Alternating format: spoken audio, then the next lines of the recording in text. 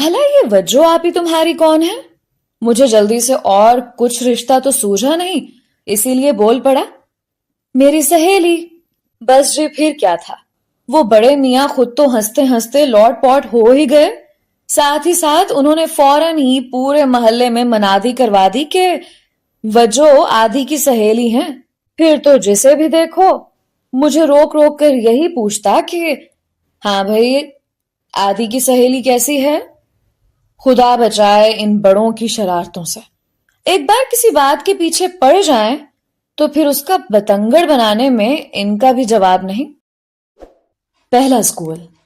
وجو آپی کو روزانہ سفید فراک پہنے اور سر پر سرخ ربن سے پونی ٹیل باندھے بڑے کروفر سے اسکول جاتے دیکھ کر میرے دل میں بھی اسکول جانے کی خواہش مچلنے لگی تھی۔ درمیان میں ایک آدھ مرتبہ وجو خود بھی مجھے اپنے ساتھ اسکول لے کر گئی تھیں۔ اس روز ان کے اسکول میں مینا بازار لگا ہوا تھا، اور سچ پوچھئے تو مجھے ان کا رنگ برنگی جھنڈیوں سے سجا ہوا اسکول بے حد پسند بھی آیا تھا۔ سفید لباس میں ملبوس بہت سی گوری میم جیسی عورتیں سارے بچوں کو تحفے تحائف دے رہی تھیں، جن میں چاکلیٹ اور خشک دودھ کے بسکٹ بھی شامل تھے۔ وجو نے مجھے اپنی ٹیچر سے بھی ملوایا، جنہیں سارے بچے سسٹر کیری کے نام سے پکار رہے تھے۔ مجھے تو وہ خود کسی بڑی کلاس کی طالبہ جیسی لگی تھیں۔ پیاری سی سسٹر کیری نے مجھے بہت ساری کھانے کی چیزیں دیں اور میرے گال بھی خوب کھینچے۔ اسی دن سے میرے ذہن میں اسکول کا خاکہ ایک ایسی ہری بھری اور خوبصورت پھولوں اور گلابوں سے اٹی ہوئی رنگ برنگی چار دیواری کا بن گیا تھا، جس میں خوبصورت پری جیسی میمیں بچوں کی دیکھ بھال کرتی ہیں، انہیں کھانے کو اچھی اچھی چیزیں دیتی تھیں، اور ذرا ذرا سی بات پر اوہ مائی لٹل چائلڈ کہہ کر ان کی طرف دوڑی ہوئی چلی آتی تھیں۔ حالانکہ اس وقت انگریزی کے اس جملے کی مجھے ذرا بھی سمجھ نہیں تھی، لیکن ان کے انداز سے اتنا تو میں سمجھ ہی سکتا تھا کہ یہ بھی ان کے پیار کا ایک انداز تھا۔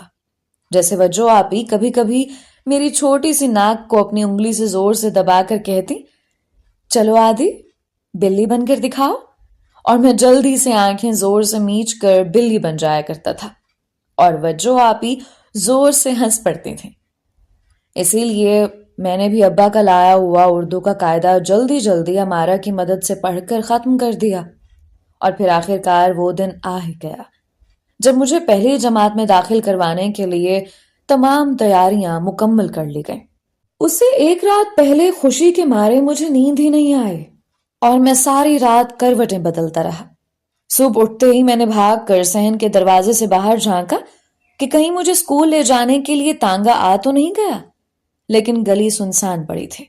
میں جلدی سے بھاگ کر امی کے پاس باورچی خانے میں گیا، جو آج اپنے راجا بیٹے آدی کے اسکول جانے کے پہلے دن کی خوشی میں اس کے لیے پراٹھا بنا رہی تھیں۔ میں نے ان سے پوچھا کہ مجھے لینے کے لیے تانگا کب تک آئے گا؟ امی میری بات سن کر زور سے ہنس پڑیں، اور انہوں نے مجھے بتایا کہ مجھے لینے کے لیے تانگا نہیں آئے گا، بلکہ ابا مجھے اپنی سائیکل پر اسکول داخل کرانے لے جائیں گے۔ یہ سنتے ہی میرا آدھا مزہ تو وہیں کرکرا ہو گیا کہ بھلا بچے کب اپنے ابا کی سائیکل پر اسکول جاتے ہیں، اور سائیکل بھی کون سے؟ ابا کی وہ پرانی کھٹارا سہراب سائیکل۔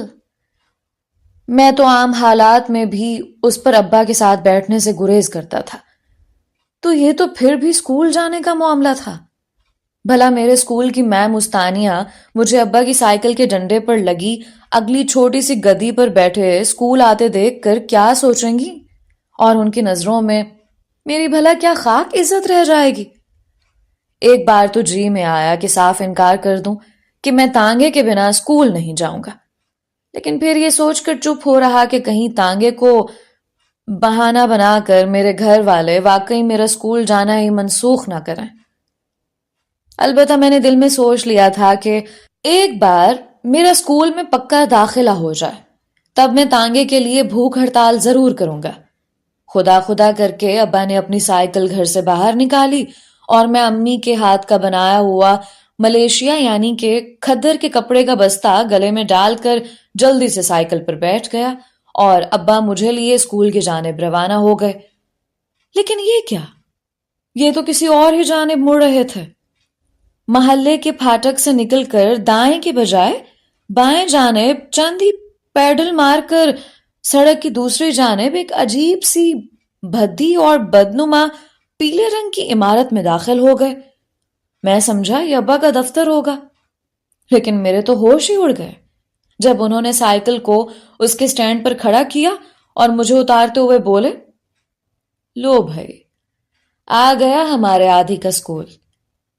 ابھی میں ان سے یہ کہہ بھی نہیں پایا تھا کہ ابا جی آپ کو ضرور کوئی غلط فہمی ہوئی ہے، کہ اسی اثناء میں ایک سخت گیر قسم کے مولانا جن کی شکل و شباہت ہماری مسجد کے پیش امام سے ملتی جلتی تھی سامنے سے آتے ہوئے نظر آئے۔ انہوں نے ابا سے ہاتھ ملایا اور مجھے یوں دیکھا جیسے کسائی بکرے کو دیکھتا۔ ابا نے ان سے کہا کہ یہ میرا برخوردار عباد ہے اور آج سے یہ آپ کے حوالے ہوا۔ میں جلدی سے ابا کی ٹانگوں کے پیچھے چھپ گیا، لیکن ابا تو بالکل ہی انجان بن گئے تھے۔ انہوں نے پھر سے کھینچ کر مجھے آگے کر دیا۔ مولانا صاحب، جن کا نام بعد میں حافظ انور معلوم ہوا، انہوں نے میرا ہاتھ سختی سے پکڑ لیا، جیسے ان کو اس قسم کے الوداعی لمحات کا پہلے سے ہی کافی تجربہ ہو۔ ابا بیگانوں کی طرح اپنی سائیکل پر بیٹھے اور پیڈل مارتے ہوئے یہ جا اور وہ جا۔ میں ان کے پیچھے چیختا چلاتا ہی رہ گیا، اور میرے موٹے موٹے سے آنسو میرا دامن بھگوتے رہے، اور ماسٹر جی مجھے کھینچتے کھانچتے میری جماعت میں لے آئے، جہاں پہلے سے زمین پر ٹاٹ بچھائے 30-35 بچے بیٹھے ہوئے تھے۔ میں نے وجو آپی کی کلاس میں خوبصورت ڈیسک پڑے ہوئے دیکھے تھے، جبکہ یہاں تو گرد سے اٹے ہوئے ٹاٹ پر مجھے زبردستی بٹھا دیا گیا۔ باقی بچے بھی کافی سہمے ہوئے لگ رہے تھے۔ میں نے میم استانیوں کی تلاش میں ادھر ادھر نظریں دوڑائیں، لیکن میرے ساتھ ٹاٹ پر بیٹھے دوسرے بچے نے مجھے بتایا کہ وہ مجھ سے 2 دن پہلے سے یہاں آ رہا ہے اور اس نے یہاں کوئی میم نہیں دیکھی۔ بس اسی قسم کے ماسٹر پائے جاتے ہیں، جیسے ہمارے سامنے کرسی ڈالے بیٹھے ہوئے تھے۔ اس بچے کا نام راجا تھا، اور وہ ہمارے محلے میں 3 درجے کے کوارٹروں میں چند گھر چھوڑ کر رہتا تھا۔ پھر جو میں نے غور سے دیکھا تو آس پاس بہت سے بچے ہمارے ہی محلے کے وہاں بیٹھے نظر آئے۔ یا اللہ، یہ کیا ماجرا تھا؟ یہ کیسا اسکول تھا جو اسکول کم اور کوئی جیل زیادہ لگ رہا تھا؟ مجھے یہ سوچ کر ہی ہول آنے لگے کہ اس فضول جگہ اب مجھے روزانہ آنا ہوگا۔ کچھ ہی دیر میں ماسٹر جی نے ہمیں اردو کا پہلا قاعدہ نکالنے کے لیے کہا، اور ایک کالے رنگ کے تختے پر پہلے آ اور پھر میم جوڑ کر عام لکھ دیا، اور اگلے 1 گھنٹے تک ہمیں بے وقوف سمجھ کر اسی ایک لفظ کی گردان کرواتے رہے۔ 1 گھنٹے کے بعد اسی ماسٹر نے اردو سے دینیات کے استاد کا روپ دھار لیا اور ہمیں عربی کی آیتیں پڑھانے لگے۔ 1 گھنٹے کے بعد انہوں نے پھر چولا بدلا اور ریاضی کے ماسٹر بن کر 2 کا پہاڑا رٹانے لگ گئے۔ سچ پوچھیں تو میں اسی ایک استاد کا چہرہ دیکھ دیکھ کر بے حد بور ہوا۔ بعد میں پتہ چلا کہ اس طرح کے سرکاری اردو میڈیم اسکولوں میں ہر جماعت کا بس ایک ہی ماسٹر ہوتا، جو بیک وقت اردو دان، ریاضی دان، دینیات، معاشرتی علوم، سائنس اور املا سمیت تمام مضامین کا ماہر ہوتا تھا، اور اگلا پورا 1 سال یہی صاحب ہمیں یہ سارے مضامین پڑھائیں گے۔ لا حول ولا قوت۔ بھلا یہ بھی کوئی طریقہ ہوا؟ وہاں وجو آبی کی جماعت میں تو میں نے خود دیکھا تھا کہ ہر آدھے گھنٹے کے بعد استانی بدل جاتی تھی۔ چلو یہ بھی شکر ہے کہ پہلی جماعت میں صرف اردو قاعدہ اور دینیات کا سبق ہوتا تھا، یا پھر ریاضی کے چند پہاڑے رٹا دیے جاتے تھے، ورنہ ایک ہی صورت سے اتنے مضامین پڑھنا کم از کم میرے بس کی تو بات نہیں تھی۔ کچھ ہی دیر بعد ہمیں تختے نکالنے کا حکم دیا گیا، اور ایک جانب قاعدے سے الف بے دیکھ دیکھ کر اور دوسری جانب 1 سے لے کر 10 تک گنتی لکھنے کا حکم دے دیا گیا۔ آس پاس کے تمام بچے جاہلوں کی طرح اپنی اپنی دوات نکال کر اس میں قلم ڈبو ڈبو کر لکھنے سے زیادہ ارد گرد چھینٹے اڑانے لگے۔ میرے اجلے کپڑوں پر بھی چھینٹے گرے اور مجھے بہت غصہ آیا، کیونکہ امی نے آج صبح ہی پورا 1 گھنٹہ لگا کر میرے یونیفارم کو اپنی جہیز والی کوئلوں کی بڑی استری سے رگڑ رگڑ کر اس کی شکنیں دور کی تھیں۔ کچھ ہی دیر میں نے لوہے کی جالی والی کھڑکی سے باہر دیکھا تو ایک بوڑھے سے شخص کو ایک ہاتھ میں لوہے کی ایک بڑی سی راڈ اٹھائے برآمدے میں لگی پیتل کی اس بڑی سی پلیٹ کی جانب جاتے ہوئے دیکھا جو ایک تار سے ٹنگی ہوئی تھے۔ اس نے وہ راڈ زور سے 2 مرتبہ پیتل کی تھالی پر ماری، ٹن ٹن کی آواز گونجی اور بچوں نے خوشی سے نعرہ لگایا۔ میں سمجھا کہ چھٹی ہو گئی ہے اور جلدی سے اپنا بستر اٹھا کر کھڑا ہو گیا، لیکن ماسٹر جی نے مجھے گھورتے ہوئے ہاتھ میں پکڑے ڈنڈے کے اشارے سے بستہ دوبارہ نیچے رکھ دینے کا اشارہ کیا۔ پتا چلا کہ ابھی صرف آدھی چھٹی ہوئی ہے، جسے وجو آپی کے اسکول میں بریک کہتے تھے۔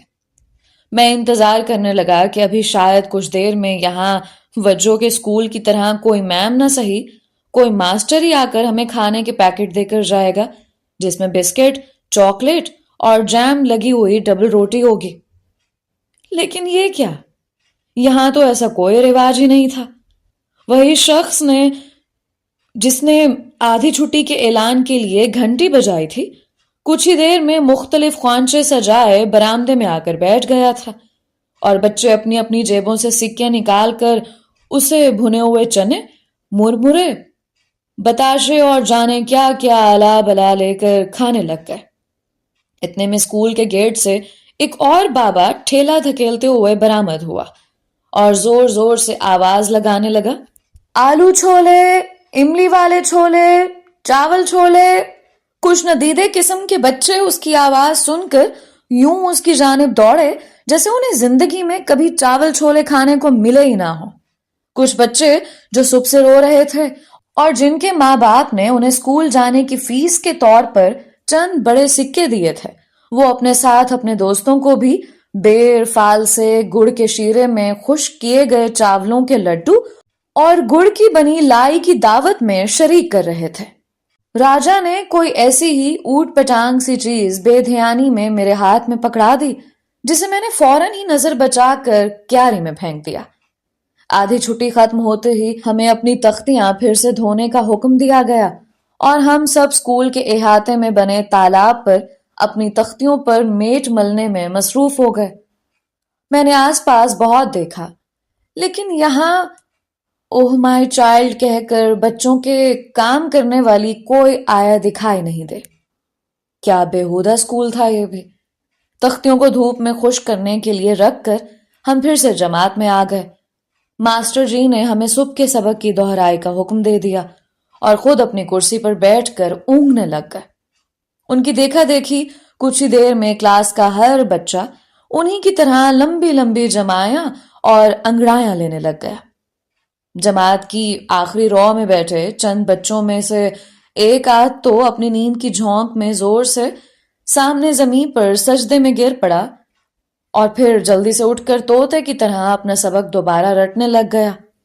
بالآخر پوری چھٹی کا گجر بھی بج ہی گیا اور سب بچے شور مچاتے ہوئے ایک ریوڑ کی مانند تیزی سے اپنی اپنی کلاسوں سے نکل کر باہر کے گیٹ کی جانب بھاگے۔ گرد کا ایک ایسا طوفان اٹھا کہ پہچاننا مشکل ہو گیا کہ ہم میں سے کون محمود ہے اور کون ایاز۔ میں نے سب بچوں کے نکل جانے کا انتظار کیا اور پھر اپنا بستہ گلے میں ڈالے اور اپنی تختی تھام کر گھر کی راہ لی۔ ابا نے آتے ہوئے مجھے راستہ سمجھا دیا تھا اور ہمارا محلہ 2 سڑک پار ہی تو واقع تھا، لیکن راستے میں پڑتی شہر کی بڑی سڑک پار کرنا میرے لیے ہمیشہ اور پہلے دن ہی کی طرح مشکل اور جان جوخم میں ڈالنے والا کٹھن مرحلہ رہا۔ آخرکار میں نے اس خطرناک رش والی سڑک کو پار کرنے کا ایک طریقہ ڈھونڈ ہی لیا۔ میں اپنی آنکھیں بند کر کے دل ہی دل میں 1 2 3 کہہ کر ادھر ادھر دیکھے بنا ہی دوڑ کر بند آنکھوں سے ہی سڑک پار کر جاتا تھا۔ اپنے ڈر اور خوف اور سڑک پر دوڑتی ہوئی بڑی بڑی خوفناک گاڑیوں کے خطرات سے بچنے کا یہ تیز باہدف نسخہ کبھی ناکام نہیں ہوا۔ بعد میں زندگی میں کئی مرتبہ جب مجھے کسی ایسے خوف اور انجانے خطرے کا سامنا کرنا پڑا تب بھی میں نے یہی فارمولہ آزمایا اور ہر مرتبہ میں اپنے خوف اور ڈر کی وہ خطرناک سڑک کامیابی سے پار کرتا گیا۔ البتہ جب کبھی میں نے اس خوف سے چونک کر آنکھیں کھولنے کی غلطی کی اور ڈر کر رکا یا پلٹا تو وہیں ٹھوکر کھائی اور گر پڑا۔ پہلا ساون۔ بہرحال اسکول کے پہلے دن مجھ پر جو بھی گزرے اس کے بعد میں نے گھر آتے ہی امی سے صاف صاف کہہ دیا کہ اسکول کے نام پر آج مجھے جہاں بھی بھیجا گیا تھا میں دوبارہ اس جگہ ہرگز جانا پسند نہیں کروں گا، کیونکہ وہاں اسکول جیسی کوئی چیز ہے ہی نہیں، اور سارے کے سارے بچے نالائق ہیں، کسی کو کچھ نہیں آتا جاتا، اور بچوں کی تو بات ہی رہنے دیں، وہاں تو ماسٹر بھی پورے دن میں صرف ایک لفظ آم ہی ہمیں رٹاتا رہا۔ میں تو سائیکل پر بیٹھ کر جانے کو رو رہا تھا، جبکہ اس اسکول میں تو تانگے پر بیٹھ کر جانا خود تانگے کی توہین تھی۔ میں نے امی سے کہا کہ مجھے وجو آپی کے اسکول جیسے اسکول میں داخل کروا دیں، پھر چاہے تانگا نہ بھی لگا کر دیں تو بھی کوئی بات نہیں، میں پیدل ہی چلا جایا کروں گا۔ امی نے مجھے اپنے پاس بٹھا لیا اور میرے بالوں میں اپنی انگلی سے کنگھی کرتے ہوئے مسکرا کر پوچھا، آدی میرا پیارا راجا بیٹا ہے نا؟ میرے کان کھڑے ہو گئے۔ امی ایسی بات تب کرتی تھیں جب انہوں نے مجھ سے اپنی کوئی بات منوانا ہوتی تھی۔ امی نے دھیرے دھیرے مجھے یہ سمجھانے کی کوشش کی کہ وجو آپی جیسے اسکول کی فیس بھرنا ابا کے بس کی بات نہیں ہے، اور پھر میرے بڑے بھیا اور امارا بھی تو اردو میڈیم اسکول میں پڑھتے تھے، اس لیے مجھے بھی اب روزانہ اپنے اسی اسکول جانا ہوگا جس میں پڑھنے کے لیے میں آج گیا تھا۔ میں نے جلدی سے انکار میں سر ہلایا اور پیر پٹکے کہ یہ ناممکن ہے، لیکن یہ امیاں بھی نا فوراً ہی اپنی آنکھوں میں آنسو بھر لیتی ہیں، اور پھر مجبوراً ہم بچوں کو ان کی ضد کے آگے ہار ماننا ہی پڑتی ہے۔ سو ایک بار پھر مجھے ہی ہارنا پڑا۔ امی نے خوش ہو کر اپنا مخصوص جملہ دہرایا، تم دیکھنا میں اپنے راجا بیٹے کے لیے کتنی اچھی گڑیا لے کر آؤں گی۔ پتہ نہیں وہ گڑیا کب آنی تھی، لیکن مجھے اگلے دن سے اس اسکول کی یاترا شروع کرنی پڑی۔ وقت رفتہ رفتہ گزرنے لگا۔ پہلی جماعت خدا خدا کر کے ختم ہوئی اور میں باعزت طور پر دوسری جماعت میں آ گیا۔ اب اس پیلی عمارت میں رفتہ رفتہ میرا دل لگنے لگا تھا۔ پھر ایک دن میری زندگی کا وہ پہلا ساون برسا جس نے آگے چل کر میری زندگی میں بہت کچھ بھگو دیا۔ شاید مجھے وہ پہلی بارش یاد بھی نہ رہتے اگر اس روز وجو اسکول سے گھر واپسی پر اتنی دیر نہ کر دیتی۔ ہلکے جاڑوں کا زمانہ تھا۔ وجو آپی اپنے 9ویں اور 10ویں جماعت کے مشترکہ بورڈ کے امتحانات کی تیاری کر رہی تھیں۔ غیاث چچا ان دنوں ہر لمحے وجو آپی کو نصیحتیں کرتے دکھائی دیتے کہ میٹرک کا امتحان زندگی کا سب سے اہم تعلیمی موڑ ہوتا ہے اور یہیں سے طالب علم کی مستقبل کی راہ متعین ہوتی ہے، وغیرہ وغیرہ۔ میں اور وجو آپی بظاہر غیاث چچا کی موٹی موٹی باتیں غور سے سن رہے ہوتے، لیکن ان سے نظر بچا کر ہم یوں ہی جھکے سر ایک دوسرے سے اشاروں میں باتیں کرتے اور نمک لگا کر کچے باداموں کی پھلیاں کھانے کے منصوبے بنا رہے ہوتے۔ اس روز صبح سے آسمان پر شریر بادلوں کے گورے چٹے اور سانولے سلونے جوڑے مغرب کی جانب سے امڑنے لگے تھے۔ بادلوں کی سہیلی ہوا انہیں آسمان کی گود میں اڑائے لیے پھرتی رہی۔ پھر دھیرے دھیرے یہ سارے شریر ایک جگہ سر جوڑ کر بیٹھ گئے تاکہ زمین والوں پر برسیں، اور پھر ہم زمین والوں کو اس برستی بارش سے بچنے کے لیے یہاں وہاں بھاگتا دیکھ کر ہنستے رہیں اور خوشی سے تالیاں بجا بجا کر گڑگڑاہٹ اور بجلی کی چمک پیدا کر سکیں۔ میری نانی اماں ہمیشہ مجھ سے کہتی تھیں کہ یہ سارے بادل اللہ میاں کے دمبے ہیں۔ سو مجھے بھی ایسا محسوس ہوتا تھا جیسے اللہ میاں ایک بڑا سا گڈریا ہوگا جس کے ہاتھ میں بڑی سی لاٹھی ہوگی، اور وہ اس لاٹھی سے اپنی بھیڑوں اور دمبوں کے اس ریوڑ کو ہانکتا پھرتا ہوگا۔ کبھی کبھی تو میرے ذہن میں خود اللہ میاں کی تصویر ایک بڑے سے بادل کی صورت میں ابھر آتی جو اپنے چہرے پر مسکراہٹ سجائے اپنی بڑی بڑی سی آنکھیں کھولے آسمان سے نیچے زمین پر اپنے بندوں کو دیکھ رہا ہو۔ اس روز بھی ہم سب جماعت کے بچوں نے آسمان پر تیرتی بدلیاں دیکھ کر گڑ گڑا کر اور باقاعدہ ہاتھ آسمان کی جانب اٹھا کر دعائیں مانگنا شروع کر دی تھیں کہ یا خدا آج بارش برسات ہے۔ ہماری رکت آمیز دعائیں بارش کے رومانی موسم سے لطف اندوز ہونے کے لیے نہیں تھیں۔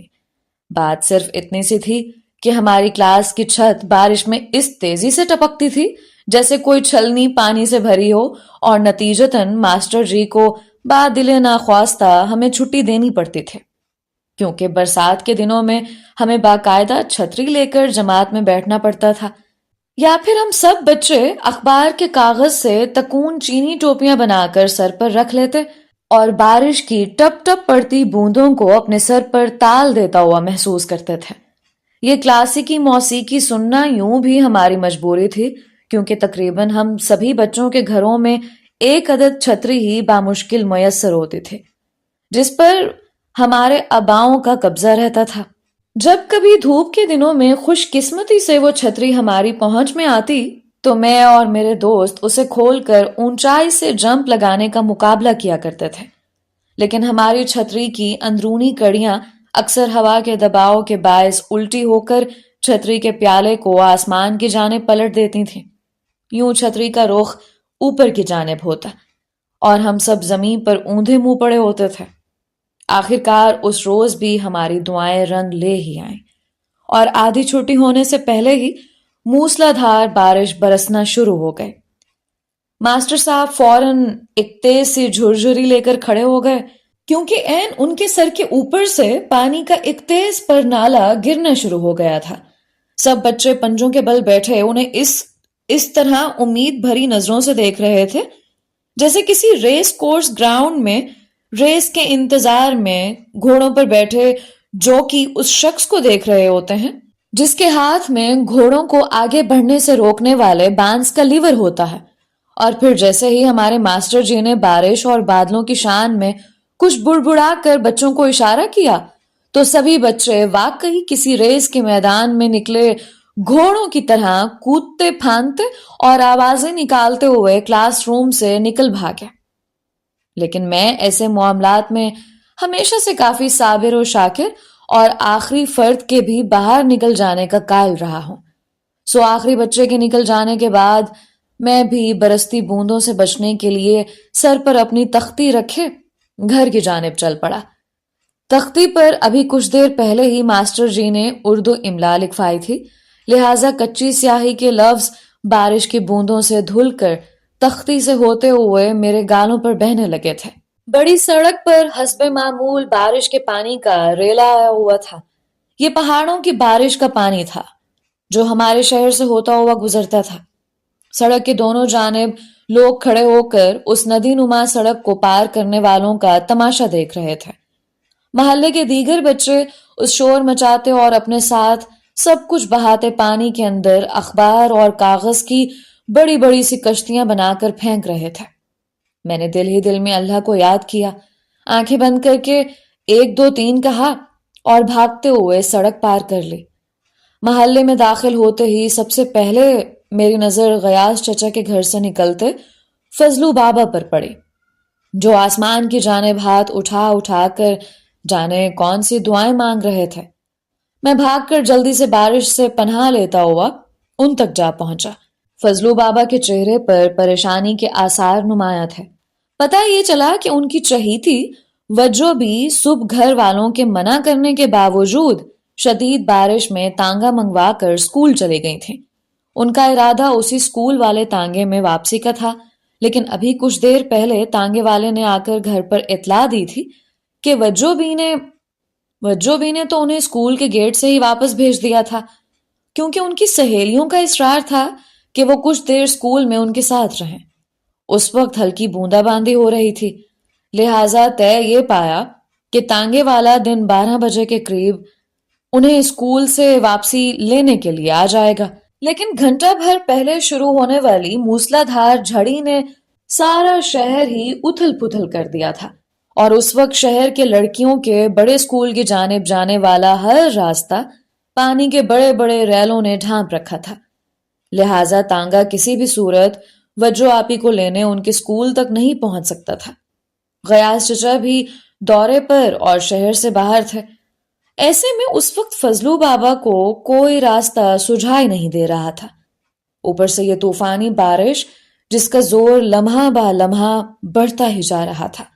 اب تو بارش کے ساتھ ساتھ کچھ وقفوں سے بجلی کے کڑکنے کی آواز بھی اس طوفانی شور میں شامل ہوتی جا رہی تھی اور دن کے وقت بھی گھٹا ٹوپ اندھیرا سا چھایا جاتا تھا. وجو آپی کی امی یعنی سکینہ خالہ بھی بے حد پریشان تھیں اور بار بار بے چینی سے گھر کے دروازے تک آتی، اس راستے پر نظر ڈالتی جس جانب سے وجو آپی کا تانگا آیا کرتا تھا، اور پھر راستہ سنسان پا کر بے چینی اور مایوسی سے ہاتھ ملتے ہوئے واپس اندر چلی جاتی. بارش کے ساتھ ساتھ سردی کی شدت بھی بڑھتی جا رہی تھی اور دھیرے دھیرے محلے کا کمپاؤنڈ خالی ہوتا گیا اور دوپہر 3 بجے تک میرے اور فضلو بابا کے علاوہ باقی سب لوگ اپنے اپنے گھروں کو جا چکے تھے. درمیانی وقفے میں چند لمحوں کے لیے بستہ رکھنے کے لیے گھر بھی گیا، لیکن جیسے ہی امی کی نظر چوکی میں پھر سے باہر بھاگ آیا تھا. امی مجھے آوازیں دیتی رہ گئیں، پر وہ بھی جانتی تھیں کہ بارش کے موسم میں گھر میں ٹک کر میں نہیں بیٹھ سکتا تھا، اور پھر اس دن تو بات ہی کچھ ایسی تھی کہ میرا گھر میں رہنا ناممکن تھا. 3:30 بج چکے تھے اور اب فضلو بابا نے کسی بھی صورت خود وجو آپی کے اسکول تک پہنچنے کی ٹھان لی تھی.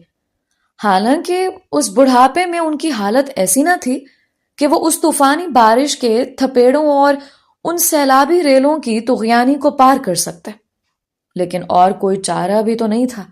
اس دن خود مجھے اپنے چھوٹے اور کمزور ہونے پر شدید غصہ آ رہا تھا.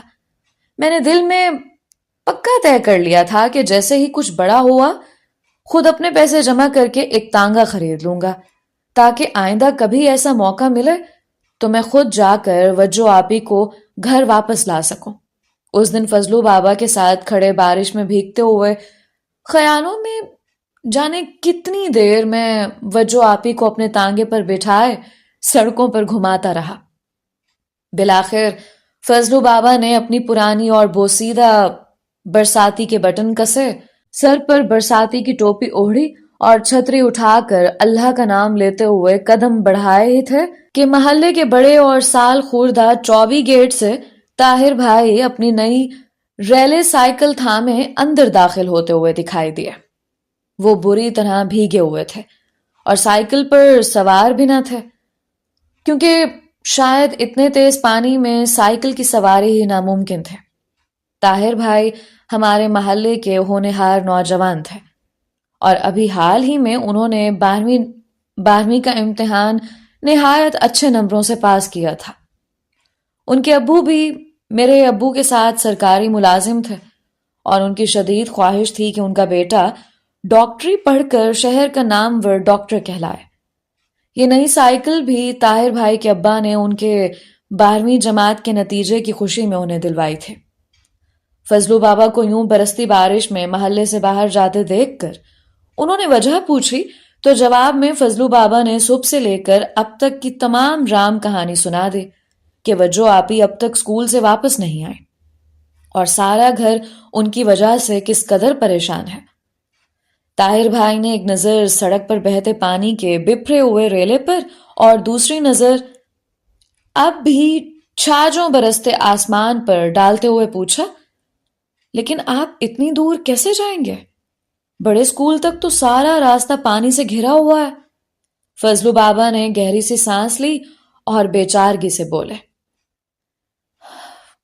جانا تو پڑے گا بیٹا، وہاں وجو بھی بیٹھی ہماری راہ تک رہی ہوں گی. اب تو شام بھی سر پر ٹھہرنے کو ہے. چھوٹی بیگم کا گھر میں پریشانی سے برا حال ہے. فضلو بابا جانے کیوں سکینہ خالہ کو چھوٹی بیگم کہا کرتے تھے. مجھے تو سکینہ خالہ بالکل بھی چھوٹی نہیں لگتی تھی. فضلو بابا کی بات سن کر طاہر بھائی نے ایک لمبا سا ہنکارا بھرا اور پلٹ کر ریلے کی طغیانی کو آنکھوں ہی آنکھوں میں ناپا. نہیں، آپ اس طوفان میں اسکول تک نہیں پہنچ پائیں گے. میں نے آتے ہوئے خود بہت سی جگہوں پر لوگوں کو رسا پکڑ کر راستہ پار کرتے ہوئے دیکھا ہے. آپ یہیں رکیں، بچوں کو میں اسکول سے لے کر آ جاؤں گا. آپ بس ذرا میرے گھر میں اطلاع کروا دیجیے گا، امی میری راہ دیکھ رہی ہوں گی. فضلو بابا نے فوراً طاہر بھائی کو ہاتھ اٹھا کر ڈھیروں دعائیں دے ڈالیں طاہر بھائی وہیں سے الٹے پیروں وجو آپی کو لینے کے لیے پلٹ گئے۔ میں جلدی سے بھاگ کر طاہر بھائی کے گھر میں اطلاع دے کر پلٹ آیا۔ اب میں اور فضلو بابا پلکیں جھپکائے بنا اسکول کی طرف سے آنے والی سڑک کو یوں گھور رہے تھے جیسے کچھ ہی دیر میں وہاں سے قارون کا کوئی خزانہ نکلنے والا ہو۔ گھنٹہ بھر یوں ہی بیت گیا اور پھر وہ آخر کار دور سے اپنی سائیکل تھامے خراما خراما آتے ہوئے نظر آئے۔ وجو آپی ان کے پیچھے پیچھے سر جھکائے کچھ ڈری سہمی سی بھیگی ہوئی چلی آ رہی تھیں۔ پتہ یہ چلا کہ جب طاہر بھائی انہیں لینے کے لیے اسکول پہنچے تو اسکول خالی ہو چکا تھا اور صرف اسکول کا بوڑھا چوکیدار وجو آپی کی وجہ سے وہاں رکا ہوا تھا۔ وجو آپی کا پریشانی اور خوف کے مارے برا حال تھا۔ طاہر بھائی کو آتا دیکھ کر ان کی جان میں جان تو آئی، پر ان کے ساتھ یوں اکیلے چل پڑنے میں بھی ان کی حیا آڑے آ رہے تھے۔ وہ طاہر بھائی سے اچھی طرح واقف تھی کہ ان کی شرافت اور لیاقت کے قصے تو سارے محلے میں زبان زد عام تھے، لیکن پھر بھی وہ ان کے لیے تو اجنبی ہی تھے۔ لیکن اس وقت ان دونوں کے پاس اور کوئی چارہ بھی تو نہیں تھا۔ پہلے تو طاہر بھائی اور وجو آپی بہت دیر تک اسکول کے گیٹ پر ہی کسی تانگے یا سائیکل رکشہ کا انتظار کرتے رہے تاکہ وجو آپی کو اس پر سوار کروا کر طاہر بھائی خود اپنی سائیکل پر ان کے ساتھ ہی پیچھے پیچھے چل پڑے۔ لیکن جب آدھا گھنٹہ گزرنے کے باوجود دور دور تک کسی سواری کا نام و نشان تک دکھائی نہ دیا تو مجبوراً ان دونوں کو پیدل ہی گھر کی طرف روانہ ہونا پڑا۔ سائیکل پر سواری کا تو یوں بھی کوئی سوال ہی پیدا نہیں ہوتا تھا، کیونکہ اول تو آج تک وجو آپی کبھی سائیکل پر سوار ہوئی ہی نہیں تھی۔ غیاث چچا کے پاس سرخ رنگ کی اٹلی کی بنی ہوئی ایک ویسپا اسکوٹر تھی، جس پر کبھی کبھی وہ شام کو وجو آپی کو سیر کے لیے لے کر نکلتے تھے۔ اس وقت اگر میں بھی کہیں محلے میں انہیں دکھائی دیتا تو وہ مجھے بھی اسکوٹر کے اگلے حصے میں جہاں سامان رکھنے کی ایک ٹوکری سی بنی ہوتی ہے وہاں کھڑا کر لیتے تھے اور محلے کے گیٹ پر اتارتے ہوئے آگے بڑھ جاتے تھے، کیونکہ مجھے گیٹ سے باہر جانے کی اجازت نہیں تھی۔ لیکن وجو آپی کے ساتھ کی ہوئی اسکوٹر کی یہ چند لمحوں کی سواری بھی ہفتوں مجھے سرشار رکھتے تھے۔ طاہر بھائی کو امید تھی کہ شاید راستے میں سواری مل جائے، لیکن اس برستی شام میں تو کوئی تانگا بھی دور دور تک دکھائی نہیں دے رہا تھا۔ بالآخر طے یہی پایا کہ دونوں پیدل ہی ممکنہ راستوں سے اور پانی سے بچتے گھر کی راہ پکڑ لیں، کیونکہ شام دھیرے دھیرے ڈھلتی جا رہی تھی اور اب وہاں کھڑے رہ کر مزید انتظار کرنا صرف اور صرف وقت برباد کرنے کے مترادف تھا۔ جب وہ دونوں محلے کے گیٹ سے اندر داخل ہوئے تو شام کے 5 بج چکے تھے اور دونوں ہی سر سے پاؤں تک پانی میں شرابور تھے۔ فضلو بابا نے طاہر بھائی سے بہت کہا کہ سکینہ خالہ نے گھر میں ان دونوں کے لیے گرما گرم جوشاندہ تیار کر رکھا، وہ پیتے جائیں، لیکن طاہر بھائی مسکرا کر ٹال گئے۔ گھر کے دروازے سے اندر داخل ہوتے ہوئے وجو آپی نے مڑ کر ایک لمحے کو پلکیں اٹھائیں اور دھیرے سے طاہر بھائی سے شکریہ کہا۔ جواب میں طاہر بھائی صرف سر ہلا کر ہی رہ گئے۔ اگلا 1 ہفتہ دونوں ہی اپنے اپنے گھروں میں نزلے زکام اور بخار کی کیفیت میں بستر سے لگے رہے، لیکن اس وقت کون جانتا تھا کہ وجو آپی اور طاہر بھائی کی یہ پہلی اور بھیگی سی ملاقات اگلے چند ہفتوں میں دونوں کو ایک ایسے جذبے سے بھگو کر شرابور کر دے گی جس کے سیلن زندگی کی آخری سانس تک ان کے دلوں کے بند کمروں میں گھٹن پیدا کرتی رہے گی۔